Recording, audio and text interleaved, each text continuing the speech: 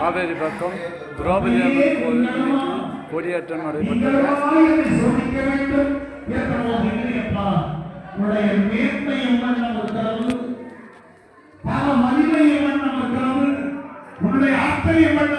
என்று காட்டுவதற்காகவே நான் இங்கே மாற்று வடிவத்தை உன்னை வந்து சோதித்தேன். அற்புதமான தவம். உள்ளம் இறங்கி இருப்பான் தாயினும் மேலானை தயாபரன் சிவபெருமான் வெகு விரைவிலே வருவார். பாசுபத அஸ்திரம் தருவார். அதன் பிறகு யான் வந்து உன்னை யான் இருக்கின்றேன் இந்திர உலகம் அழைத்து போகிறேன் என்று சொல்லிவிட்டு அங்கிருந்து தேவேந்திரன் மறைந்து அருளினார்.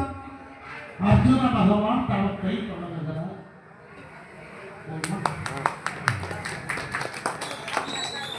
எனவே இந்த அளவில் இந்த நிகழ்வை அடியர்கள் பூர்த்தி செய்து அதனை தொடர்கிற காலத்தில் மீண்டும் தொடரலாம் என சொல்லி